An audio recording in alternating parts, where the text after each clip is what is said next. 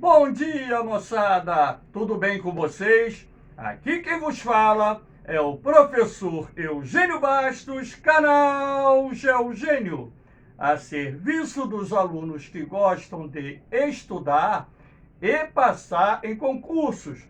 Moçada, vamos fortalecer o canal, se inscrevam no canal, dê aquele like, compartilhe o vídeo e ajude o professor Eugênio Bastos a democratizar o ensino da geografia.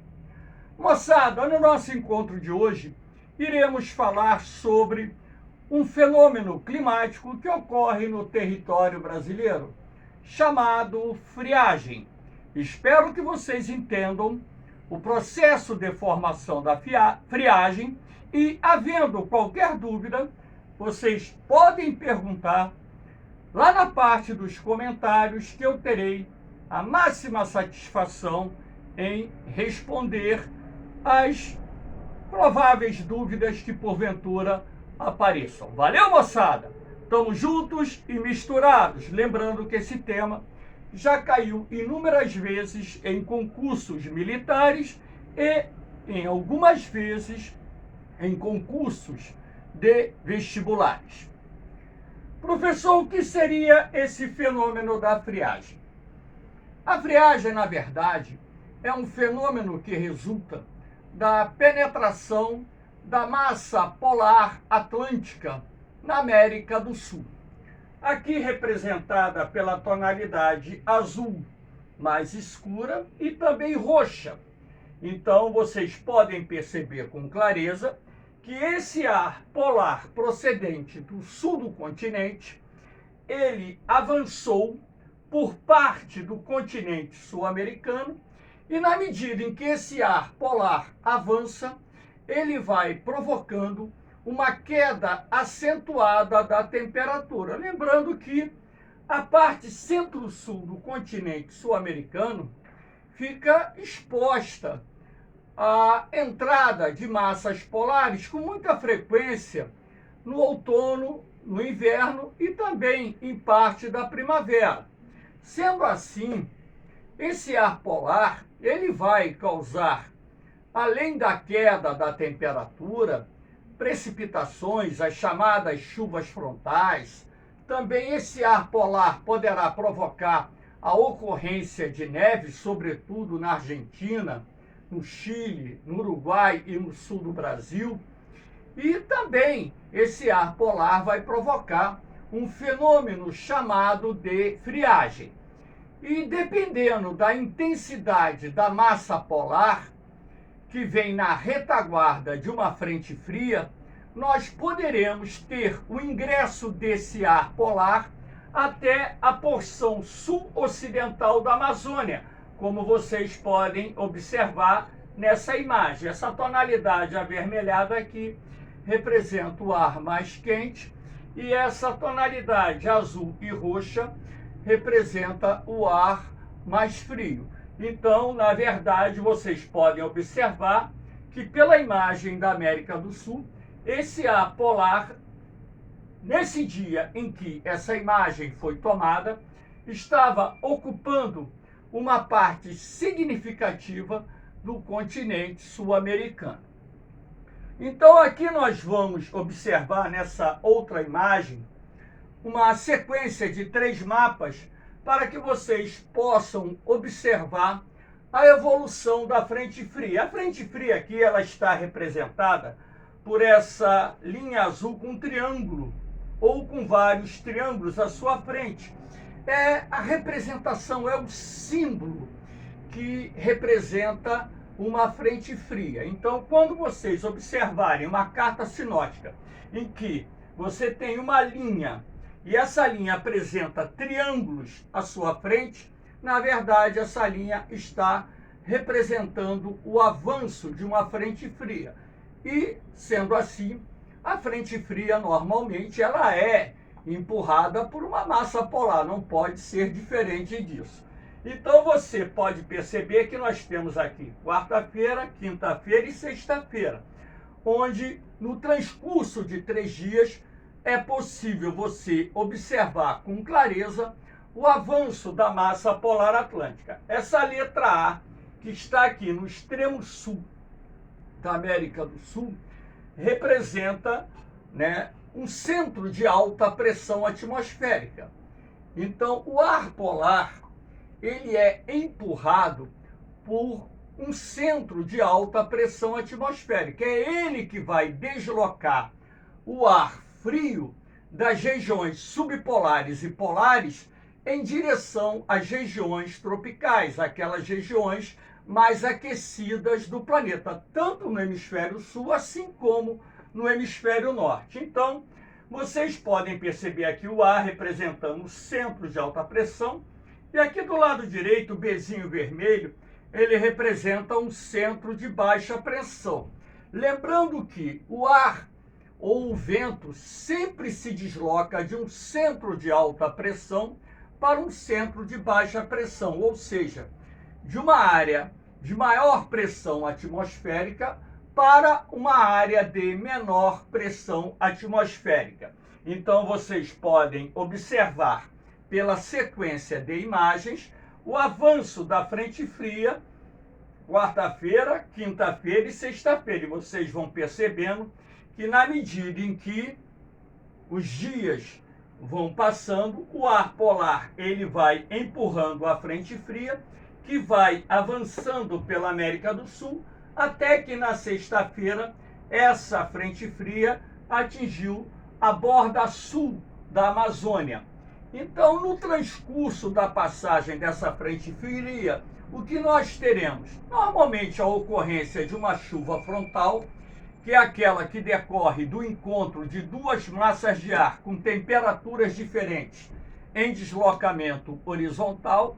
Sendo assim, o ar frio, como é mais denso, mais pesado, ele vai empurrando o ar quente, que é mais leve, para cima. Então, na medida em que esse ar quente ele vai subindo, ele vai se resfriar, o vapor d'água vai se condensar, formando nuvens, e quando essas nuvens atingem o ponto de saturação, você terá a ocorrência de chuvas.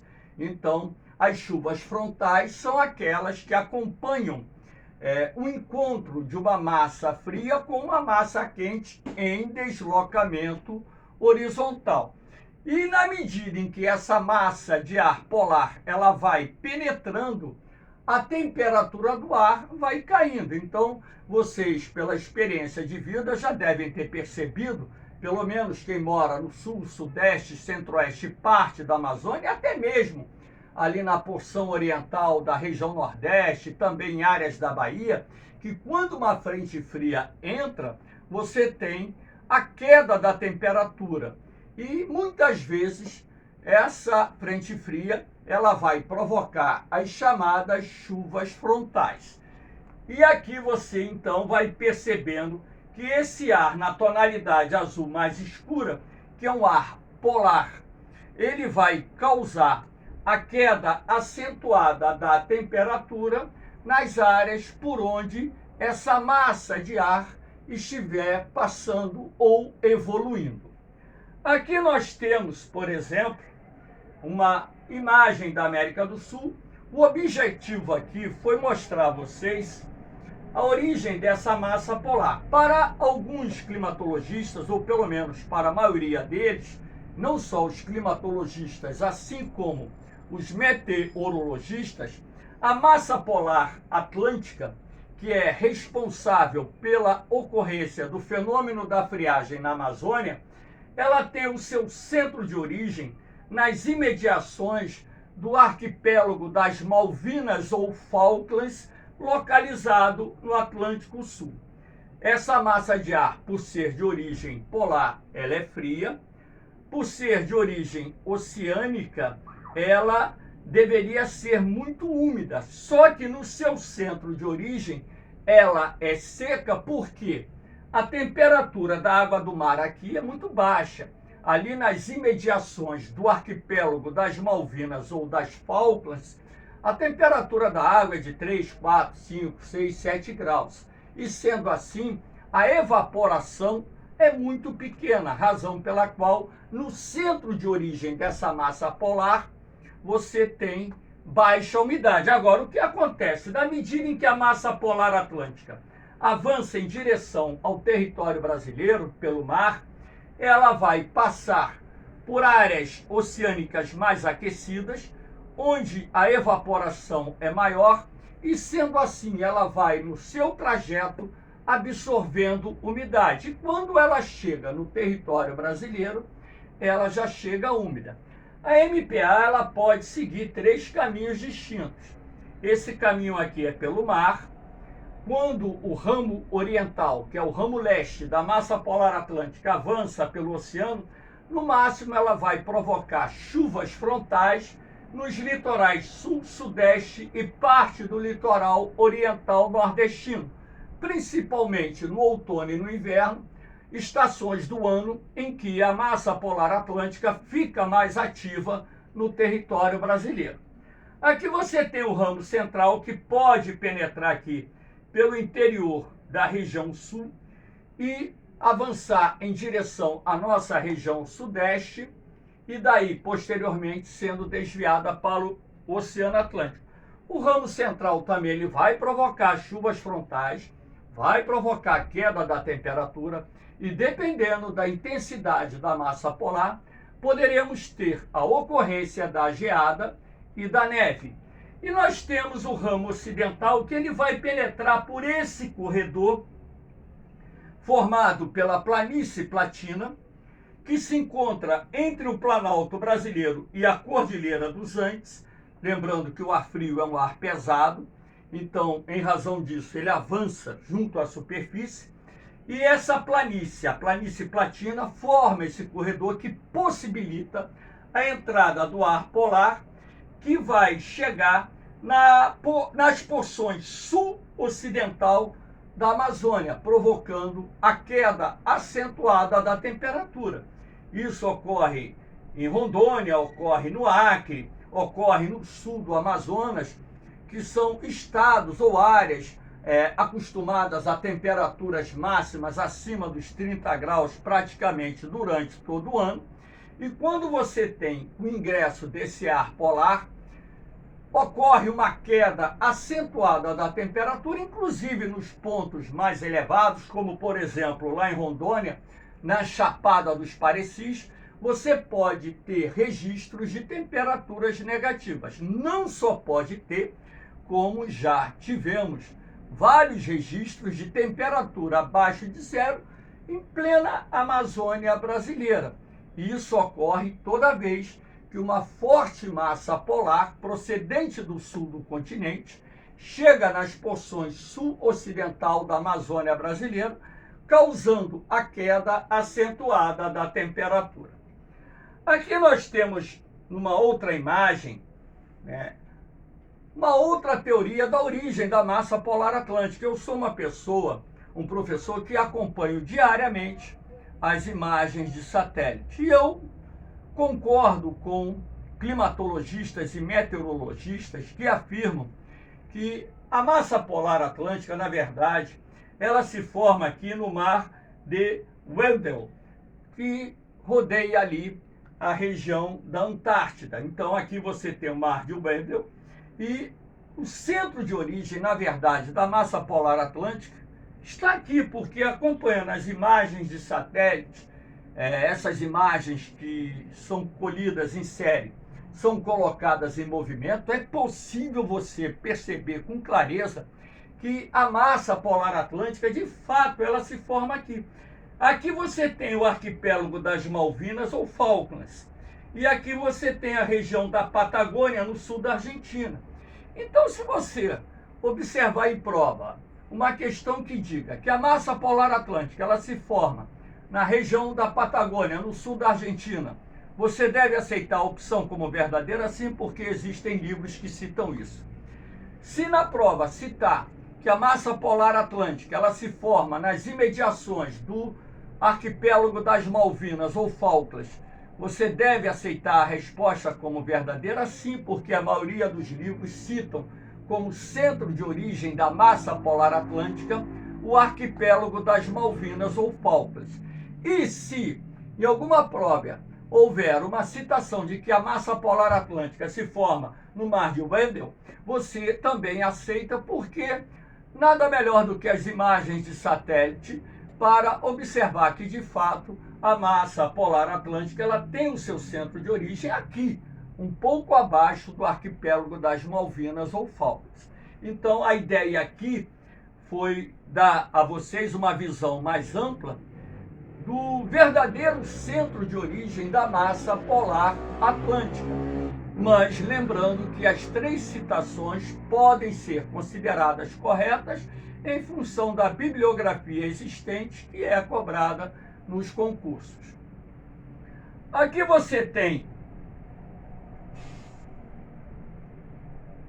uma imagem de satélite mostrando a vocês o ar polar entrando. Aqui você tem a MPA, massa polar atlântica, essa tonalidade mais clarinha, né? Mais esbranquiçada, é o ar polar. Então vocês podem perceber que a massa polar atlântica ela já espalhou o ar polar por uma parte considerável da América do Sul, aqui no território brasileiro, na região sul, parte da região sudeste, parte da região centro-oeste, e já está aqui, ó, alcançando a borda sul ocidental, ou seja, a região sudoeste da Amazônia brasileira. Essas manchas brancas mais robustas, mais fortes, representam nuvens carregadas que geram as chuvas que ocorrem quando temos a aproximação de uma frente fria, que nós chamamos de sistema pré-frontal. Você tem a elevação da temperatura e, no caso aqui da Amazônia, por ser uma região quente e úmida, na medida em que o ar polar se aproxima, esse ar quente e úmido é empurrado, é deslocado para o alto, ele vai se resfriando e vai formando as chamadas nuvens, cúmulos nimbus, que são aquelas nuvens de grande crescimento vertical, que irão provocar aquelas chuvas fortes acompanhadas de descargas elétricas e rajadas de vento. E a seguir você vai ter a queda da temperatura em razão da entrada do ar polar. Eu quero chamar a atenção de vocês para um fato. Friagem é um termo utilizado nas regiões centro-oeste e norte do Brasil. Aqui no sudeste, onde eu moro no Rio de Janeiro, na região sul do Brasil, não se utiliza esse termo friagem. Lá em São Paulo, eles falam em friaca, por exemplo. Então, aqui para nós, no Rio de Janeiro, é uma queda normal de temperatura, uma vez que o município do Rio de Janeiro também é atingido várias vezes, sobretudo no outono e no inverno, pela massa polar atlântica, provocando a queda da temperatura. Eu chamo a atenção de vocês aqui para a presença de um ciclone extratropical, que normalmente acompanha a passagem de uma frente fria. O ciclone extratropical é representado por um centro de baixa pressão atmosférica que normalmente se forma aqui, entre Argentina, Uruguai e sul do Brasil. E é justamente os ciclones extratropicais que vão provocar aquelas ventanias que acompanham a passagem de uma frente fria. E na retaguarda de um ciclone extratropical, normalmente você tem a entrada do ar polar, e esse ar polar é que vai causar a queda acentuada da temperatura do ar. Então, essa imagem aqui da América do Sul, uma imagem de satélite bem clara, mostrando a vocês a penetração da massa polar atlântica no território brasileiro e já alcançando a borda sul ocidental da Amazônia, ou seja, o sudoeste da Amazônia, onde lá vai provocar o chamado fenômeno da friagem. Aqui nós temos uma outra imagem, só um minuto que deu uma travada.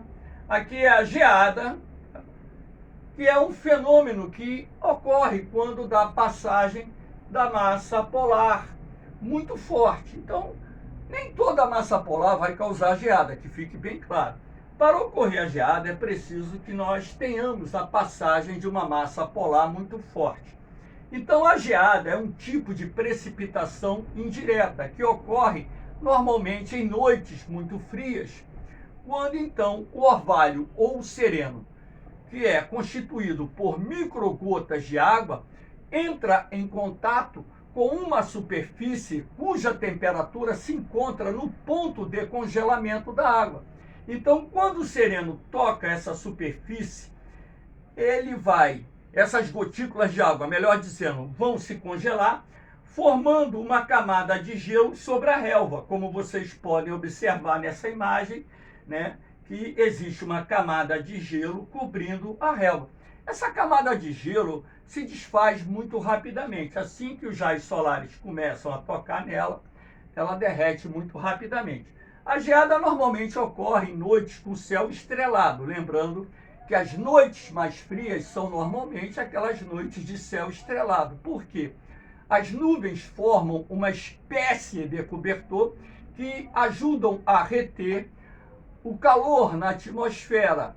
E quando o tempo abre, a partir da passagem da frente fria, esse calor que foi retido na atmosfera se perde, gerando temperaturas mais baixas no período da madrugada. Então, nos primeiros dias após a passagem de uma frente fria, você terá as mínimas, as maiores mínimas, ou seja, as temperaturas mais baixas registradas no ar.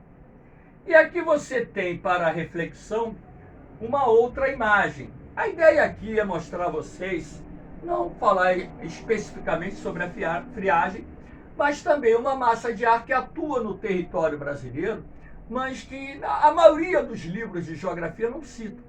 A massa polar pacífica, aqui você tem uma frente fria que está cruzando, iniciando o cruzamento da Cordilheira dos Andes, lá pelo sul do Chile.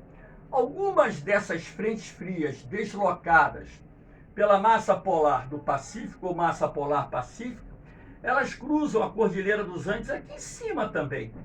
Então, elas podem atingir principalmente os estados do sul do Brasil. Então, algumas frentes frias que entram no território brasileiro são derivadas da massa polar pacífica, apesar de muitos livros de geografia do Brasil não mencionarem a atuação da MPP no território brasileiro.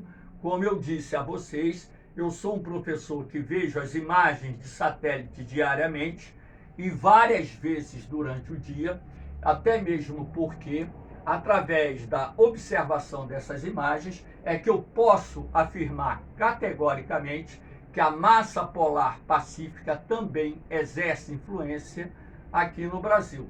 Não tanto quanto a massa polar atlântica, mas também exerce influência no nosso país. Moçada, espero que vocês tenham gostado do nosso encontro. Dê aquela forcinha, compartilhe o vídeo, se inscrevam no canal, ajudem o professor Eugênio Bastos a democratizar o ensino da geografia. Valeu, moçada! Um beijão no coração de vocês, um forte abraço, fiquem com Deus. Eu vou, mas eu volto, hein? Fui!